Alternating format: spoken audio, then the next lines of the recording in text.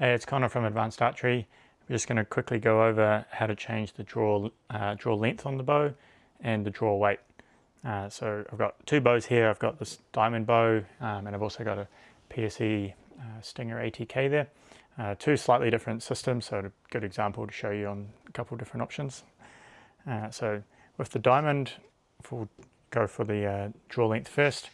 We've got the module system here, so it's got a module on the top and the bottom. Two screws, and then they're quite nice, and they have it marked with the different lengths. So we'll adjust that. This one is currently set on 30 inches, which you can see in here.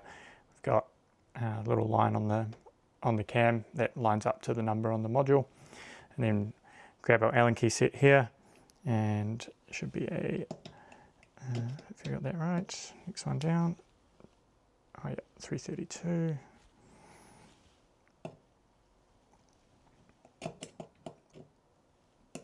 We'll slot that in there and undo that.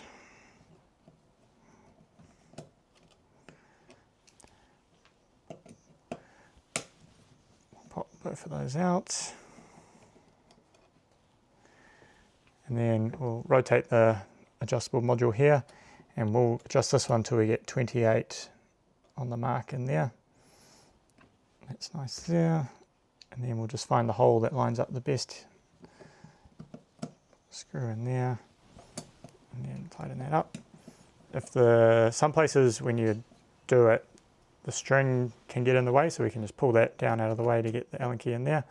And some of them, if the module's in behind the limb, we can pull on that cable and that'll pull the module out from behind, letting us get into it. So put that one on there.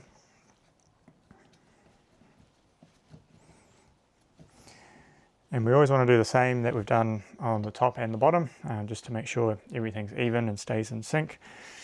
So let's quickly do that one.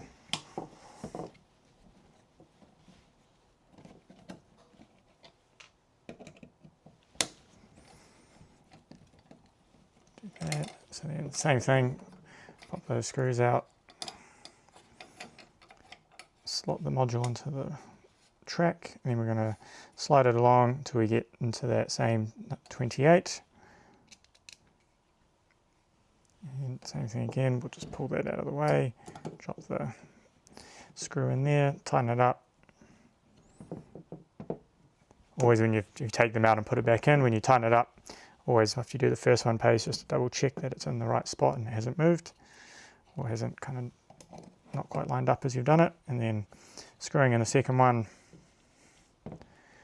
Now we've got both of those set onto 28. So that one's nice and easy on the diamond. And the other thing, while I've got this bow here, is for the draw weight, we have a bolt on the top and the bottom, and that's going to control the limb tension. If we're backing it out, we always just want to make sure that we can still see a bit of the thread poking out through the bottom there. If it comes too far out, then there's the danger of it coming out of the bow, so definitely don't want that. So we always want to make sure we can see some through there, and this one's backed out a fair way at the moment, so that's going to be on the minimum poundage. And then same thing, Allen key into the bolt there, and then we're going to turn it in to increase the weight.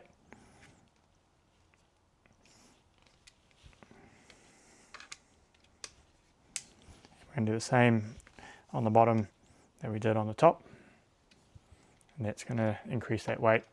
Each bow is a little bit different with how much weight it increases, but it's usually between 2 to 4 pounds per turn. But we'll check the manual to make sure on each individual bow. The other option we've got, or other style, is this PSE. So this PSE Stinger is a solo cam, so instead of having twin cams like the diamond, it's got one idler wheel on the top and then just one cam on the bottom. So when we adjust this, we're going to have to do the same thing where it's got a sliding module system, and this one also has a stop.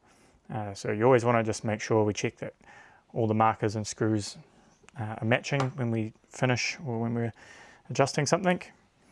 So this one is set to C, so not quite as user-friendly as the diamond where it has the numbers written out.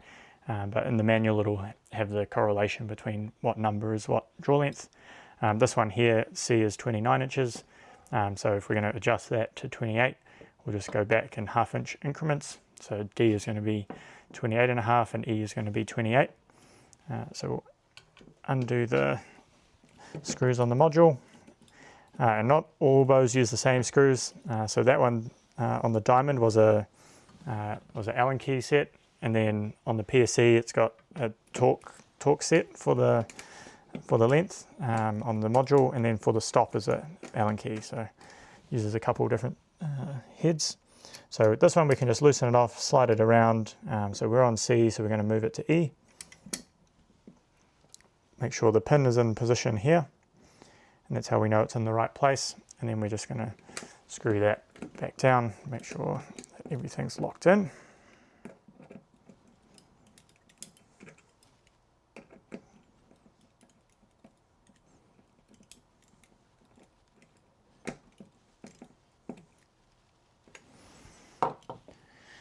Cool, and then we're just going to quickly grab that,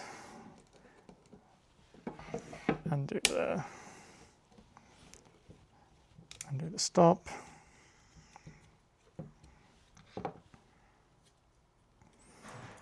So the stop's just going to be a little piece here with the rubber ring around it, and we're just going to, same thing, pop that back in to E. Drop that screw in, tighten it up. With some of the stops it can pay just to hold the stop underneath as you initially tighten it, and then as it gets closer we can cinch it in, and then that'll lock it down. So that's how we're going to change the draw length on the PSE with the solo cam. If you do have a bow with different stop systems, always pays to just really make sure you've got everything in the right place before you draw it back. So I can see here, got the post in the E slot there, and we've also adjusted the stop here to go into the E slot. And on this bow there's nothing on that top side where it's just the idler wheel.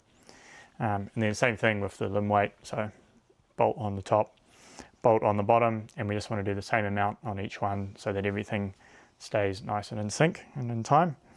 But yeah, so that's how to change the draw length and the draw weight.